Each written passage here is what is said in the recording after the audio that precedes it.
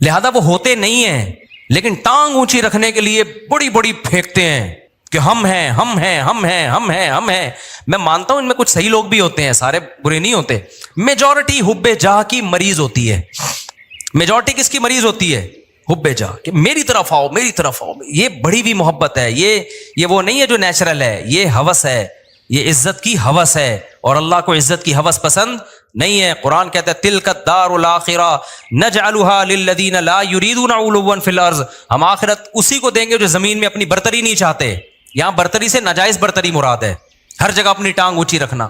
مجھے یاد ہے ایک دفعہ میں کہیں گیا, کوئی علماء بیٹھے ہوئے تھے, عرب علماء تھے, تو وہ عربی میں بات کر رہے تھے, کچھ سلام دعا ہو رہی تھی, میں بھی کچھ بات چیت, تو ایک لڑکا نو عمر بیٹھا, وہ بیچ میں بولنا شروع, سوال مجھ سے پوچھ رہے ہیں, جواب کون دے رہا ہے وہ. تو میں نے بعد میں اس کو الگ سے سمجھایا, میں نے کہا آپ میں حب جاہ کی بیماری ہے. کیا ہے؟ میں نے کہا انسان کو اپنی بیماریوں کا خود پتہ نہیں چلتا. جب سوال مجھ سے پوچھ رہے ہیں اور اس کی وجہ سے میں خاموش کی, کیونکہ میں بھی بولوں گا تو وہ بولیں گے یار ان کو کیا ہے, یہ ادھر بھی بول رہا ہے یہ بھی بول رہا ہے, ان کو تمیز نہیں بات کرنے کی. بولتا تو ایک ہی آدمی ہے نا, ہم تو چپ بیٹھ گئے پھر کہ یار برا امیج جائے گا, اگلا چپ نہیں ہو رہا. حالانکہ وہ جواب صحیح دے رہا تھا. بھائی آپ سے جب پوچھا نہیں ہے تو صحیح اور غلط کی بات ہی نہیں ہے نا, آپ اپنی موجودگی کا کیوں احساس دلا رہے ہو کہ میں بھی ہوں, مجھے بھی آتا ہے. چھوڑ دو, آپ کو جب آتا ہوگا بتا, جب پوچھیں گے بتا دینا. ہمارے فرمایا کرتے تھے قاری لوگ نا مغرب کی نماز میں قل اللہ احد نہیں پڑھتے. بہت سے قاری کیا کرتے ہیں مغرب کی نماز میں, آپ جو ہے نا سنت قرات کیا ہے, قصار مفصل میں سے پڑھا جائے, اذا زلزلت الارض زلزالہا, یہ جو آخری چھوٹی صورتیں, افضل یہ ہے. کبھی کبھار اس کے خلاف بھی ہو. فرماتے تھے قاری لوگ کیا کرتے ہیں مغرب میں سورہ بقرہ سے, سورہ آل عمران سے بتانے کے لیے کہ ہمیں یہاں سے بھی آتا ہے.